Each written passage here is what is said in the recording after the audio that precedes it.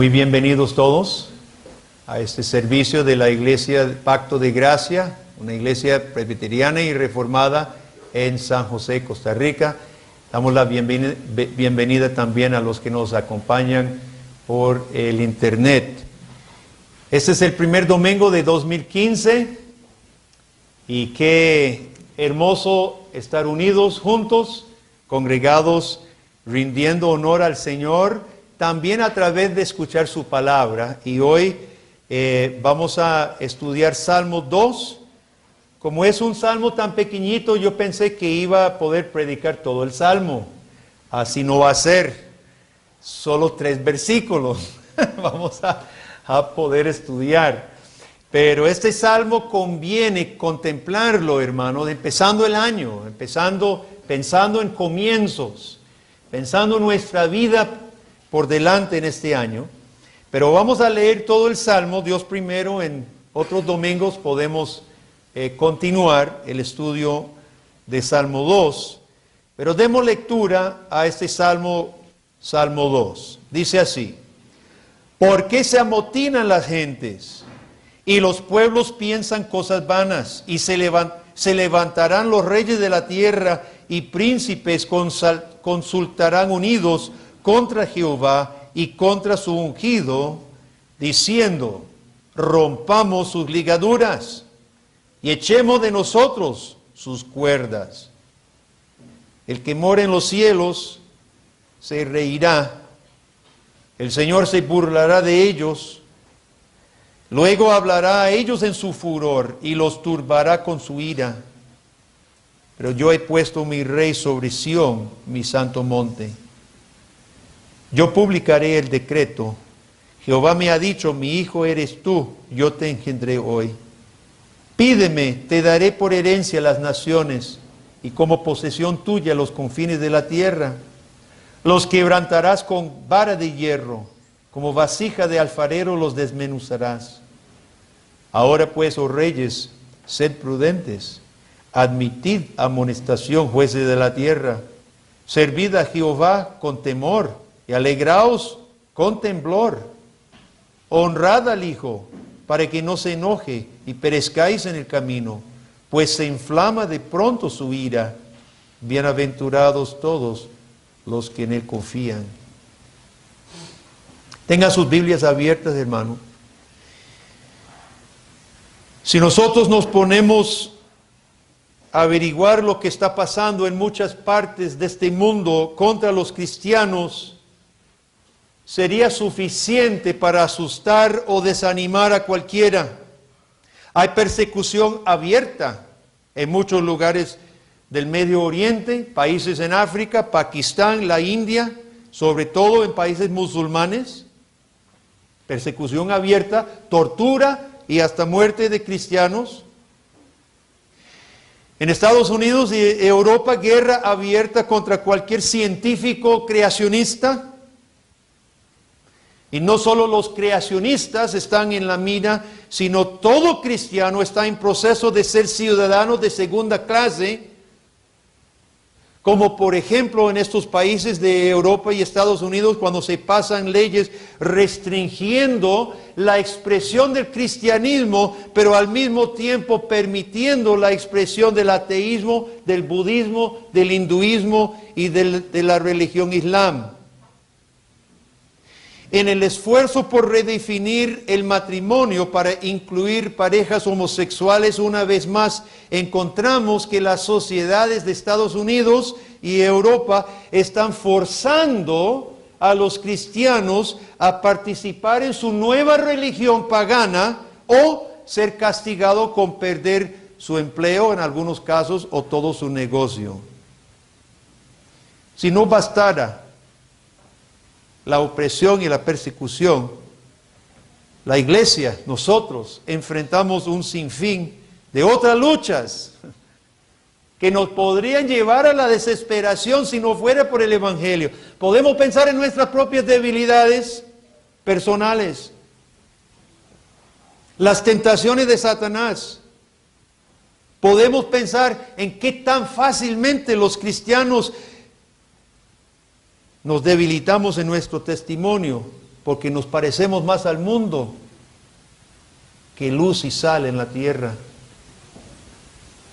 Las luchas que libramos nosotros, los jóvenes, nuestros hijos, en medio de un mundo enfermo por el placer, enfermo del sexo, enfermo de su individualismo y su orgullo. Preguntamos, ¿realmente está Dios en control? Preguntamos, ¿realmente gobierna Jesucristo a una iglesia? ¿Tanta lucha? ¿Tanta persecución? ¿Tanto fracaso? Hoy hacemos la pregunta, ¿qué pasará con los cristianos en el año 2015? ¿Qué pasará con nosotros, los cristianos, en el año 2015? Este Salmo 2 no lleva el título Salmo de David, como muchos de los salmos. Algunos comentaristas dicen, bueno, como no lo dice, no debemos decir que es de David. Pero Pedro en Hechos capítulo 2 dice que David dijo, y yo acepto el testimonio apostólico y atribuyo ese salmo a David porque todo apunta, inclusive el contenido apunta que David lo escribió. En este salmo David declara que hay una lucha tremenda entre los impíos y el Cristo, pero David no juzga, no mide con ojos humanos. Primer versículo, ¿por qué se amotinan las gentes y los pueblos piensan cosas vanas? Recordemos que David fue en gran parte sombra del verdadero ungido. David establecido, ¿se acuerda? Después de Saúl, David fue ungido de Dios para ser el rey según el corazón de Dios, de pastor de ovejas a pastorear el pueblo de Dios. Y a David Dios le prometió un reino eterno. Y David es sombra del verdadero Cristo que vendría después. Así como muchas de las cosas que le pasa a David fueron figura de lo que pasaría con Cristo. Como David llegó con dificultad al trono, chicos, ¿cuántos recuerdan lo que Saúl trató de hacer con David? ¿Cuántos recuerdan lo que Saúl hizo una vez con una lanza? Se lo clavó a la pared porque Dios no permitió que le diera a David cuando David estaba tocando para él, ¿se acuerdan? Otras veces persiguía Saúl a David por toda Palestina, una vez en una cueva, otra vez en un campo. ¿Cuántos recuerdan lo que hicieron los amalecitas a toda la ciudad de David? ¿Cuántos recuerdan lo que hicieron con sus mujeres y sus hijos? Se los llevaron, quemaron la ciudad. Con dificultad David llegó al trono, mostrando una figura de la dificultad que Jesucristo tendría a todos en contra. Desde que nace, Herodes manda a matar a todos los bebés. Y de ahí en adelante Jesucristo enfrentó dificultad. ¿Por qué se amotinan las gentes? En versículo 2 dice, los príncipes consultarán unidos, toman consejo en contra de Dios, planean cómo rebelarse contra Dios. Este salmo declara lo que nosotros llamamos el antítesis. El antítesis. Hay dos pensamientos, los que honran al Hijo y los que se rebelan y hasta toman consejo en contra. Desde el Edén, cuando el hombre rechazó obedecer la ley justa de Dios, hermano, nos hemos rebelado. Se amotina la gente, toman consejo en contra. Ahora, esto es fuerte. Por favor, note que los que no reconocen el señorío de Cristo, cómo se describen y cómo no se describen. No se describen como pobrecitos ignorantes. No se describen como todos somos peregrinos de camino. Todos buscamos una verdad. No se describen de esa manera. Se describen como rebeldes responsables por su rebelión contra un Dios de quien tiene conocimiento. Es grave rechazar la voluntad de Dios para el hombre porque conduce al segundo renglón. Los pueblos piensan cosas vanas. Cuando rechazamos el señorío de Dios, hermanos, ¿en qué camino nos metemos? En lo que la Biblia llama vanidad. Y este es un concepto importante en la Biblia, vanidad. ¿Qué significa vanidad en la Biblia? Significa sin fruto. No significa nada, es algo, es un camino. Pero es un camino que no lleva el fruto que Dios quería. No lleva el propósito para el cual fuimos creados. No produce fruto, hermano, sano, bonito, maduro, sino lo vacío, lo infructuoso.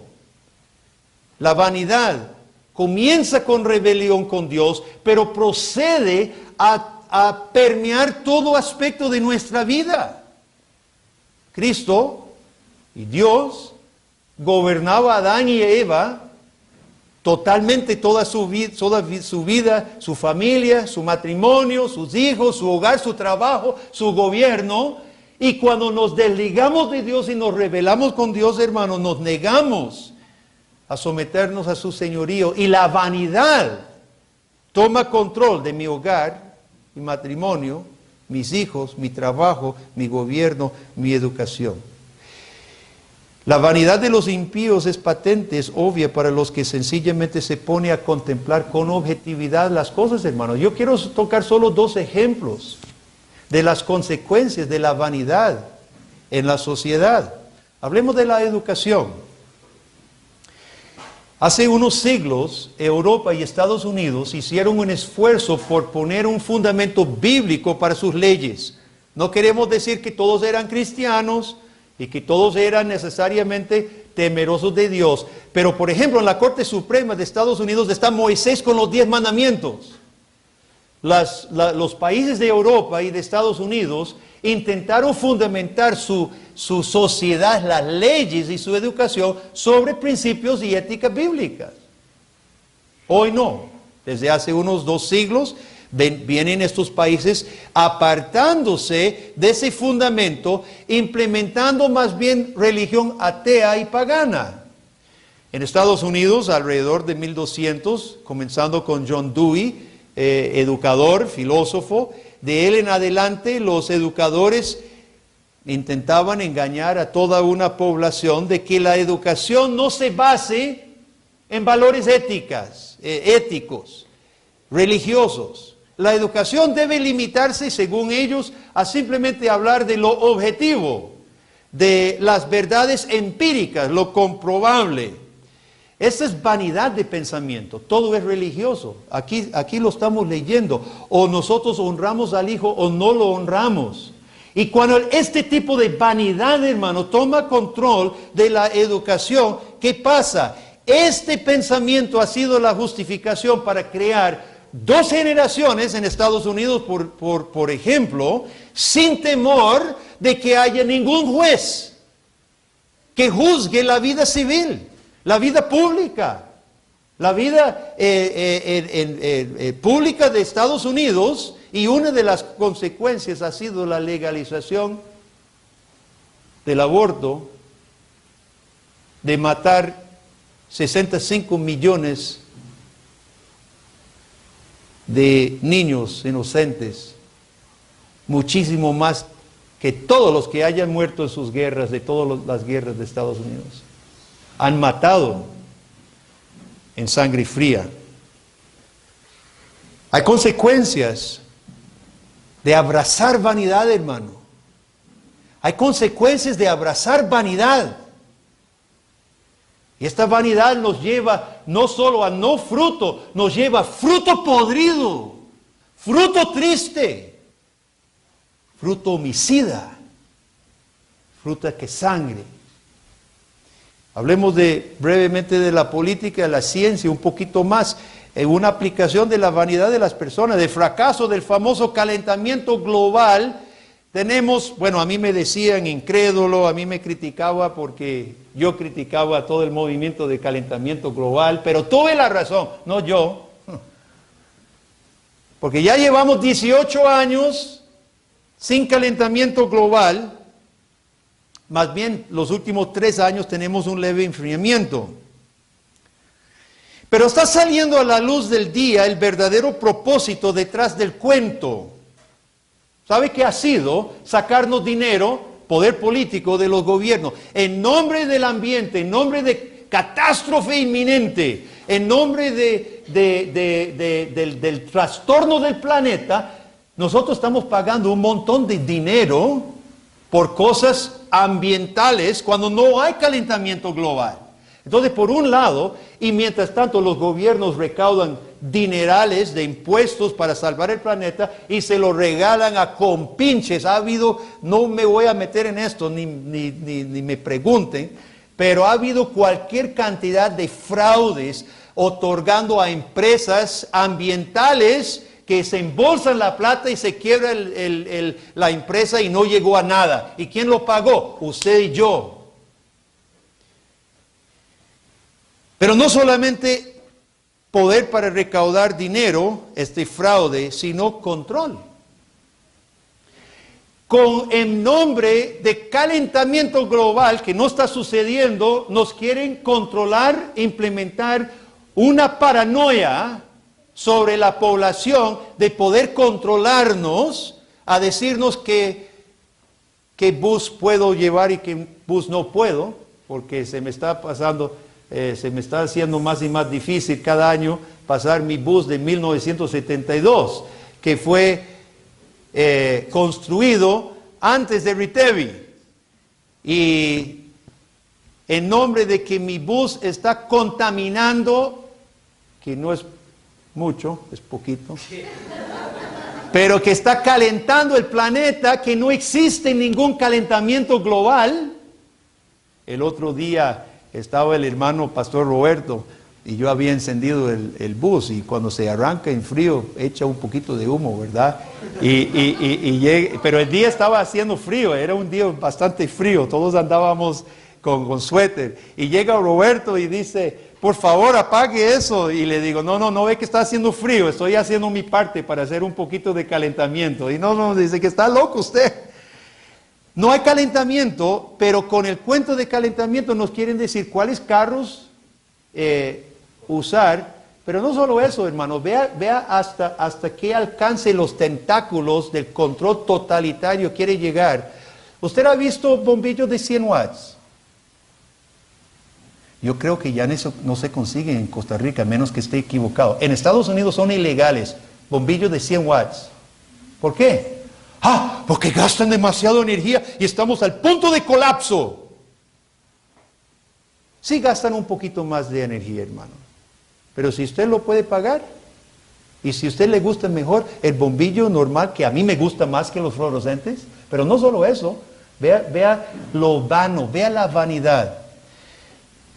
El bombillo, y quieren eliminar todos los bombillos normales, ya van con 75 watts y 60 watts y van para abajo para eliminarlos todos.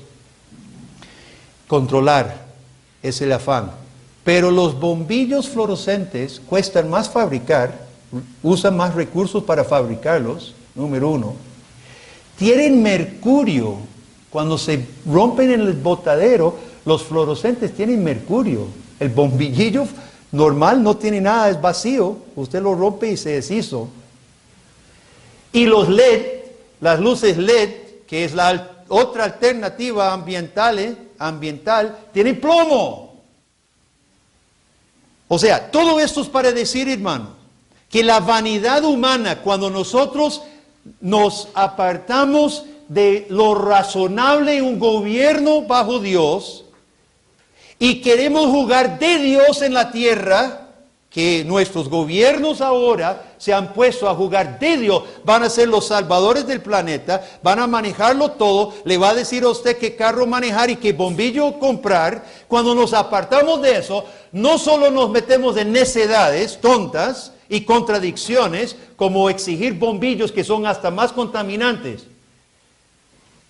sino las poblaciones, manipulan muy bien, las poblaciones le dan poder totalitario. Y siempre este versículo se amotina en la gente y toman consejo en contra de Dios y su Cristo, siempre lleva al totalitarismo humano. Cuando el gobierno no se limita bajo el señorío de Cristo, llegaremos a la vanidad, el no fruto, el fruto torcido de las aberraciones humanas. Fijémonos que la rebeldía, según versículo 2, es contra Jehová y contra ¿quién? Contra su Cristo, contra su ungido.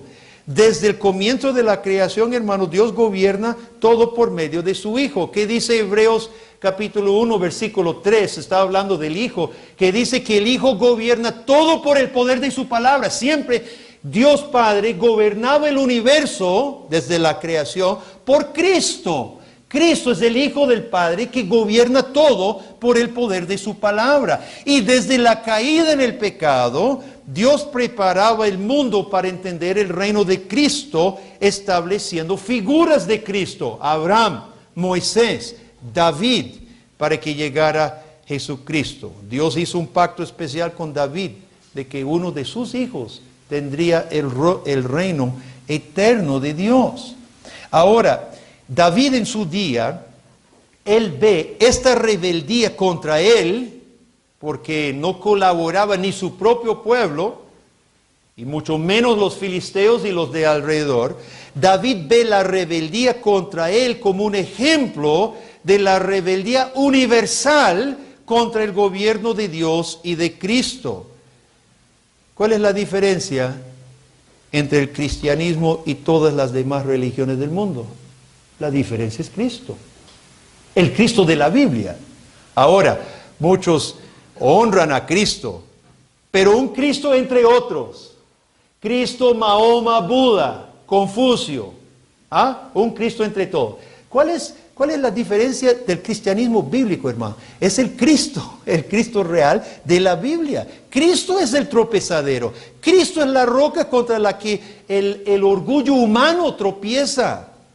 Cuando David contempla el panorama global, cuando David contempla las naciones y la historia universal, la historia humana, todo tiene que ver con Jehová, Yahvé, y la autoridad que Jehová le ha dado a su Cristo.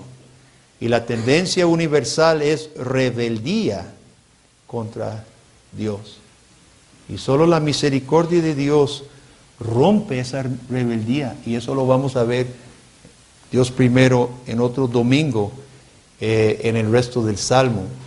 Ahora, yo no sé si usted nota en los primeros 3 versículos, del 1 al 3, usted notó un progreso en la violencia de los impíos. Primero, hay un motín de las gentes, ahí todas las gentes, hay como unas masas, murmuraciones. La frase, piensan cosas vanas, se puede traducir, murmuran, susurran o hasta gruñen. Pero esto es como una queja generalizada, murmuraciones, un ronroneo de las naciones en contra de Cristo. Pero al llegar al versículo 3, abren sus bocas y gritan al cielo: rompamos sus ligaduras, echemos de nosotros su autoridad, sus cuerdas. Satanás, chicos, ¿cuántos recuerdan las 3 tentaciones que Satanás le hizo a Jesús? ¿Cuál era la primera? Convertir piedras en pan. ¿Cuál era la que lo llevó al pináculo del templo y le dijo a Jesús que hiciera qué? Que se tirara. Y la otra tentación, la tercera, Satanás lo llevó a una montaña alta y le ofreció ¿qué? Todas las naciones, a cambio de que Jesucristo le reconociera a Satanás. Pero, ¿cuál es la implicación si Jesús no rinde homenaje a Satanás y se niega a aceptar la oferta de Satanás? ¿Cuál es la alternativa? ¿Cuál es la implicación clara? Guerra. Te doy voluntariamente las naciones si a mí me adora. Pero si no lo hace, guerra. Guerra. Y oímos el tumulto de las naciones, hermano, bajo influencia del maligno hasta hoy. Y quiero hacerle la pregunta, ¿oye usted los gritos de rebeldía de las naciones? ¿O no lo oye? Porque participamos demasiado cerca a sus mismos valores y sus mismas agendas. Niños, esto no es un grito literal, no es un grito verbal. Usted no va a oír en la calle a alguien que vaya diciendo, rompamos sus ligaduras. Obviamente eso es una figura, es una metáfora. Nosotros hablamos mucho de metáforas. La Biblia usa muchas metáforas. Eso no es un grito, bueno, hay algunos que lo dicen verbalmente. Richard Dawkins, el ateo, ha publicado y ha dicho cosas blasfemas contra el Dios, verbalmente. Pero por lo general no es un grito verbal. Son acciones, son actitudes, son las consecuencias de las vidas de las personas que realmente están diciendo con sus acciones. Rompamos sus ligaduras, rompamos la autoridad de Dios, zafémonos del señorío de Dios. Ahora, hermanos, yo me pongo triste cuando se ven cristianos, algunos cristianos, hasta muchos cristianos, adormecidos, aceptando las agendas de estos mismos que se están rebelando contra Dios, hermano. Cuando cristianos, posiblemente por ingenuidad, por inocentes, pero cuando los cristianos aceptamos las agendas educativas, políticas, económicas, matrimoniales, familiares, de los que están levantando su puño contra el cielo. ¿Cómo es posible que nosotros pensáramos que un consejero, un psicólogo, rebelde contra Dios, tal vez no se presente de esa manera, pero eso es lo que dice, o honramos al Hijo o no lo honramos? ¿Y cómo se nos ocurre creer que un consejero, un psicólogo, levantando su puño contra Dios, vaya a tener un análisis de mi problema y mucho menos una solución? Y podemos hablar de los políticos. ¿Cómo vamos a creer que los que están levantando su puño contra la autoridad de Dios y contra su palabra vayan a poder analizar el problema de los hombres y vayan a poder ofrecer una solución para los hombres? ¡Locura! Y hablemos de todas las áreas educativas, económicas, políticas, matrimoniales, familiares, lo que usted quiera, hermano.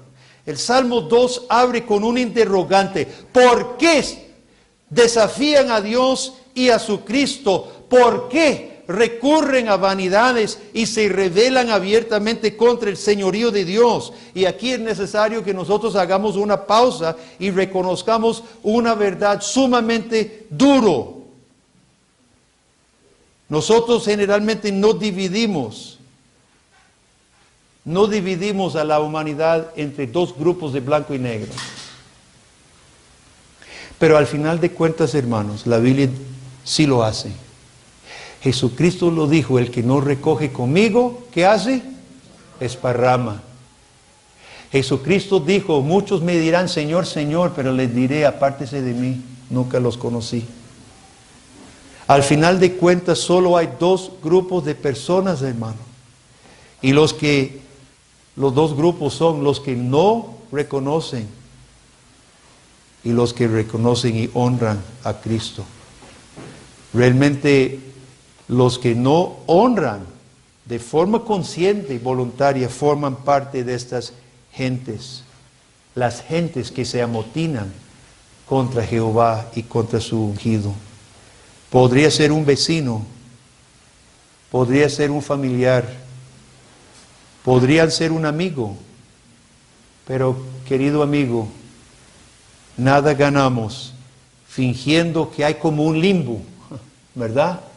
Entre los que honran a Cristo y los que realmente son rebeldes, nosotros nos gusta pensar que hay un limbo. Hay mucha gente que ya está más o menos. Está más o menos dentro del reino. Versículo 12 en nuestra versión dice, honrad al Hijo. Otra traducción podría ser, besad al Hijo. La idea es venir ante los reyes de antaño, cuando se inclinaban y besaba su mano o besaba hasta los pies. Besad al Hijo, honrad al Hijo. Todo aquel que no abraza a Cristo mediante fe sincera y humilde forma parte de la rebeldía masiva contra Dios y contra su ungido. ¿Hay consuelo en estos versículos? No parecería. Por eso es necesario leer los buenos teólogos. Porque los buenos teólogos nos ayudan a ver elementos de la Biblia que uno no lo vería. Y doy gracias a Dios por Juan Calvino en este sentido, porque él ve dos consuelos en solo estos 3 versículos, hermano. Uno, como yo, muchas veces estamos tentados a ver lo negativo, a ver lo duro, a ver lo malo que pasa. Yo tiendo a ser así. Yo veo más lo malo que lo bueno. Pero ¿para qué Dios nos da la Biblia, hermanos? No solo para enseñarnos lo malo, sino enseñarnos a Él. El negocio de Dios es consuelo, consuelo para su pueblo, ánimo y fortaleza. En primer lugar, cuando nosotros vemos tanta oposición a Dios, tanta oposición a Cristo, a la iglesia, al evangelio, nosotros vemos ahora leyes como cercándose, encerrando más la religión cristiana, hermanos. ¿Qué podemos saber? Podemos saber que simplemente están cumpliendo lo que Dios ya profetizó de ellos. Nadie está tomando a Dios por sorpresa. Y eso es un consuelo para nosotros, hermanos. Ningún cristiano debe pensar que las cosas están fuera de control. No están fuera de control. Desde hace 3000 años, cuando se escribió este salmo, Dios ha anunciado lo que va a pasar, porque siempre ha pasado y está pasando. El reino de Jesucristo sería un reino de paz en la tierra si no fuera que entre más se manifieste Cristo, más recia se pone la violencia en contra. Y eso lo podemos esperar. Entre más se predique el Evangelio, entre más se conozca el nombre de Jesucristo, más violencia contra Él podemos esperar, hermano. Así que los cristianos estamos advertidos de antemano para que nada nos sorprenda. Y estamos advertidos, hermanos, para que nosotros y nuestros hijos estemos preparados. Hombre prevenido vale por 1000. Y nosotros los cristianos estamos requete preparados, requete advertidos por la palabra de Dios en muchos pasajes en toda la palabra. Por eso nosotros podemos tener consuelo, hermano. Es duro, es un consuelo entre conflictos, pero es un consuelo saber de que Dios ya nos dijo hace 3000 años, ya nos dijo lo que está pasando, nos dijo el por qué y podemos estar preparados. Segundo consuelo, cuando los impíos hayan hecho todo, nosotros estamos en manos de un Dios, versículo 4, y esto lo vamos a ver el próximo domingo, Dios primero, que suena muy duro, pero dice, el que mora en los cielos se reirá. Nosotros podemos saber que estamos en manos de un Dios cuyo plan no tambalea, por más que hagan los que le oponen, se le oponen. El plan, estamos en manos de un Dios como que cuando un gigante, ¿verdad? Un de esos de lucha libre y otro pequeñín llega, se ríe, no teme, no tiene por qué temer. Y Dios, por más que se amotinen, por más que levanten el puño contra él, Dios no se preocupa. Dios no se pone histérico ni nervioso. Y nosotros estamos en manos de ese Dios. Y Dios en Cristo será triunfante y su iglesia al final también. Busque para finalizar Hechos capítulo 4. Hechos capítulo 4. ¿Usted sabe que este Salmo 2 es el más citado en el Nuevo Testamento? Y en Hechos capítulo 4, cuando están amenazados de muerte, la iglesia recurre a este Salmo. Porque sabían que estaban en manos de este Dios y este Cristo. Y ellos, dice el versículo 24, los apóstoles fueron amenazados, reprendidos y vuelven a la iglesia.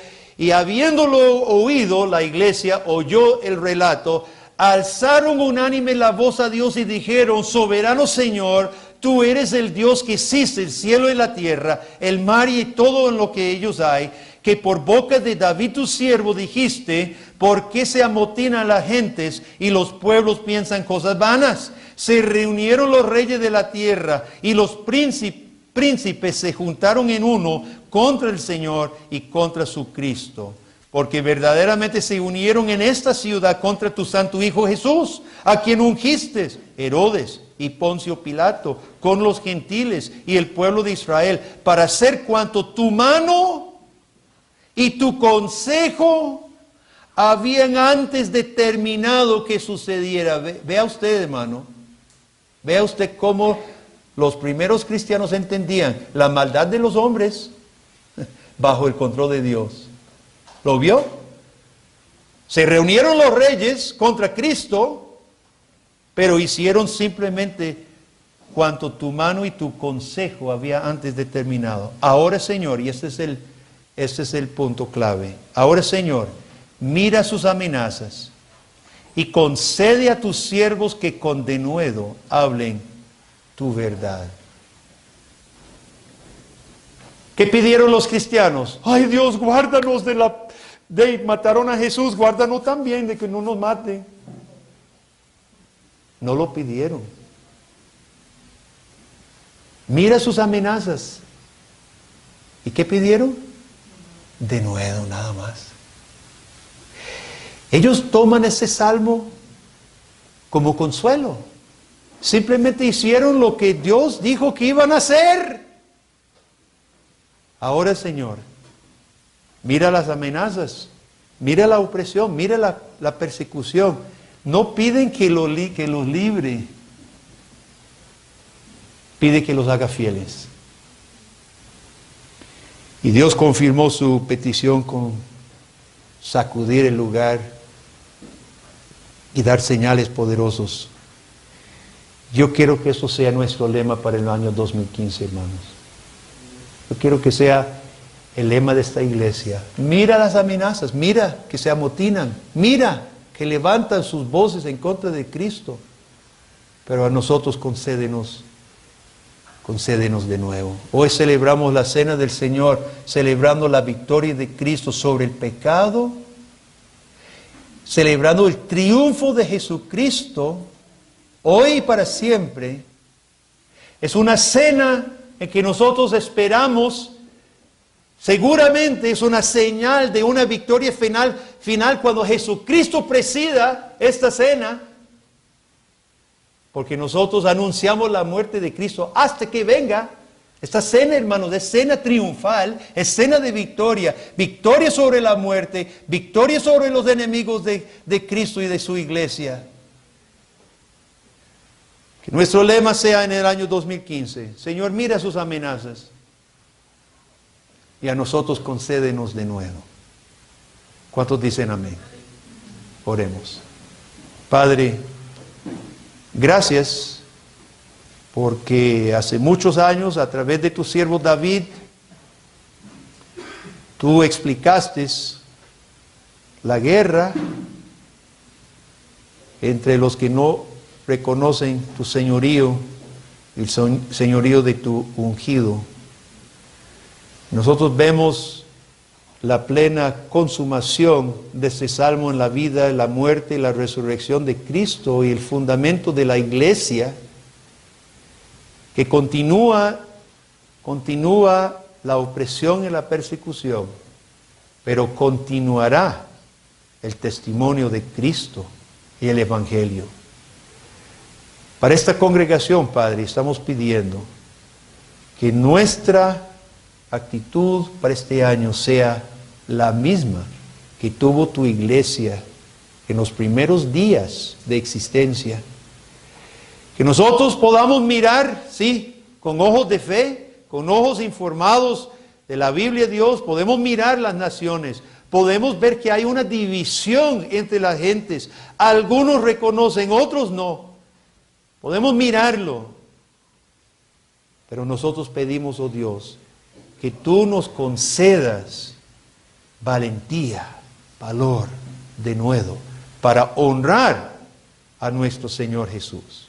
Lo pedimos en su nombre. Amén. Y amén.